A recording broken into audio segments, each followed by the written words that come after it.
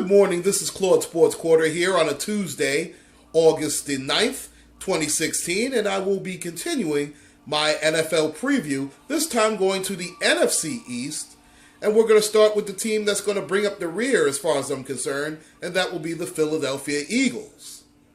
Now, I do like the hire of Doug Peterson as head coach, even though, listen, I could go on a long diatribe of how Lovie Smith should be coaching in the NFL, and to me, he'd be perfect for the Philadelphia Eagles because, let's face it, their defense was very mediocre, to say the least, outside of Fletcher Cox and maybe a couple others. But I like the Eagles' hire of Doug Peterson, especially considering they did draft a quarterback in the first round.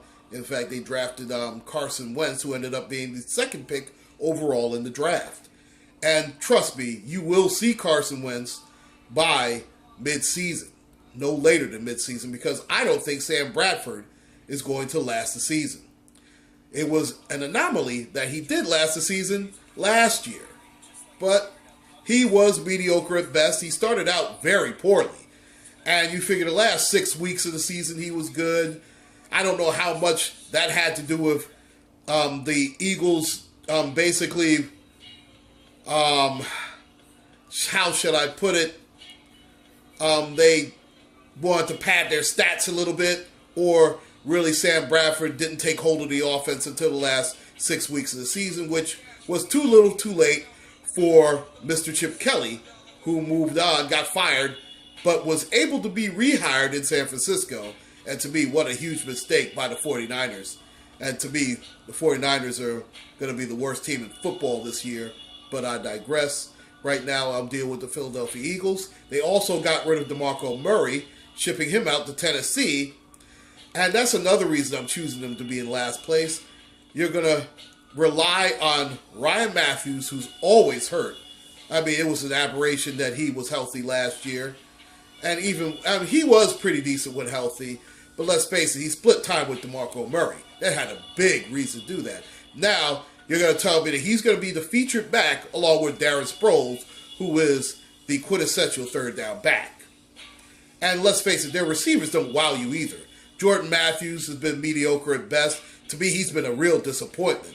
I have him on my fantasy team, for God's sake. I dropped him like a hot potato. Nelson Aguilar was often injured. I just don't like this team on the offensive end. Defense, they will improve. Fletcher Cox got the huge contract, as we know. And they have a couple of players in the secondary as well. They've improved a little bit. I think they're going to be, I'll say 6-10.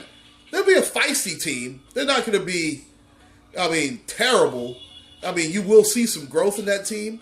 And I wouldn't be shocked that within 3 years that they actually make a move and have a decent run. Now, the team I'm choosing for third place will be the Washington Redskins. Now, I have a theme when I'm doing my picks. And it's a tried and true method, especially in today's NFL. I go by quarterbacks a lot of time. Now, that's not always the case when it comes to how good a team is going to be, but it is a very good barometer a lot of times. And especially in this division, where it is, for the most part, pretty mediocre from top to bottom. In fact, I don't think that the top team will be more than 10-6 this year. But I have the Washington Redskins. They could be about 8-8, 7-9. Listen, I don't trust Kirk Cousins. I don't give a damn how good he did last year. And he was pretty good last year. And if I hear, you like that? Any fucking more, I'm going to shoot the next motherfucker who says it. Because to me, Kirk Cousins is a mediocre quarterback at best. And now you're going to hand the keys over to Matt Jones at the lead running back position this year. Yeah, good luck with that. He was hurt a lot. I don't trust him. And even though Alfred Morris had a down year, and I understood the reason why you cut him, but I just don't trust Matt Jones like that myself. And their receiving core is actually pretty good. Pierre Garçon, Deshaun Jackson when he came back from injury. And let's face it, you know Deshaun Jackson's going to miss at least 3 or 4 games a season. I mean, there's just no way around it. But he does take the top off for defense. There's no question about it. He opens up a lot of things for the underneath things. And that's why Jordan Reed had such a huge year, too. I like Jordan Reed. He's a very good tight end. I would dare say that he is a top 5 tight end in the NFL. Now, the thing, again, I don't trust Kirk Cousins. And I tell you what, they always overpay for these free agents. Every time they make a quote-unquote free agent splash, it always comes back to bite them in the ass. And I'm telling you, I don't take too much stock in practice, so to speak.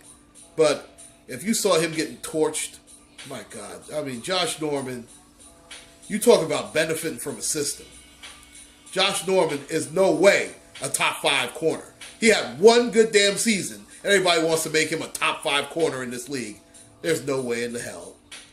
And Washington Redskins, 7-9, 8-8. No better than that.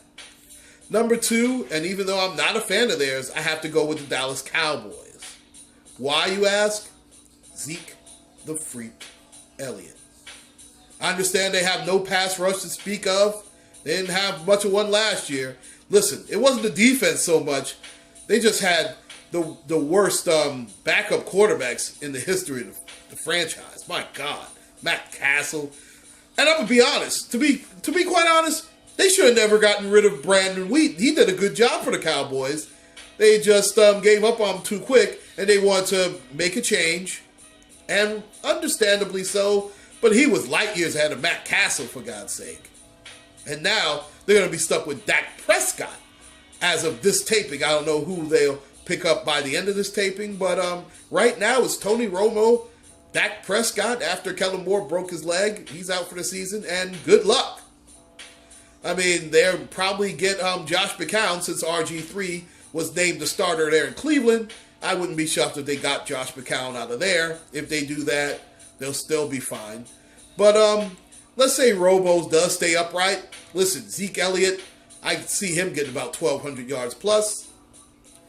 Then with the reemergence of Dez Bryant, and you know what? I like Cole Beasley. He's a good slot back. He really is. Nice slot receiver. Very nice slot receiver. And even though Jason Witten is a step or two slow, listen, he can still get his 9 to 10 receptions. Listen, the Cowboys on the offensive side, as long as Romo is upright, they'll win 9 games. Easy. It'll be 9-7. I don't see them doing too much better than that because they just don't have it on the defensive end, especially all the suspensions and all the lack of pass rush. My God, I don't see them doing that great on defense. They'll do just enough to get by, sort of like the Steelers were last year. And the number 1 slot for the AFC East goes to the New York Football Giants. No question about it. Listen, Eli Manning, I know if he might not be a quote-unquote franchise quarterback, so to speak. To me, he is. And I'm not the biggest Eli fan in the world, but to me, he is the best quarterback in the division. You want to say Tony Romo is? Well, listen, the best ability is availability. Listen, Eli has it way over Romo. He's tough as all get out. And I understand the running game's not the greatest. They're going to go running back by committee. But it's done pretty well for them so far, especially Rashad Jennings. Odell Beckham will be the 3rd best receiver in pro football this year. He'll be right behind Antonio Brown and Julio Jones. I really feel he will. I liked what they did on the defensive end. They had to do something. My God, the defense, that was the worst defense I've ever seen the Giants have, ever, as long as I've seen them play. And I like the fact, even though McAdoo is a new coach, new head coach, so to speak, listen, he has a rapport with Eli. Eli's very comfortable with him. He seems to like him. And you know he's going to build around he and Odell Beckham. And I think they'll be fine on the offensive end. The defense cannot be any worse than they were last season. Did they overpay for Janoris Jenkins? Absolutely. but they had to do it. Eli Apple, I think he's a good pick. He's not a great pick. He might have been a reach, but listen, it's a need pick. I can't get mad at him on that. And I just like what they did. Did they overshoot for Vernon? Absolutely. But I do feel that Jason Pierre-Paul will get you at least 8 sacks. If JPP goes back to being JPP and gives you 12.5 sacks or more, Giants could make an interesting run at this thing. And when I say this thing, I mean the Super Bowl run.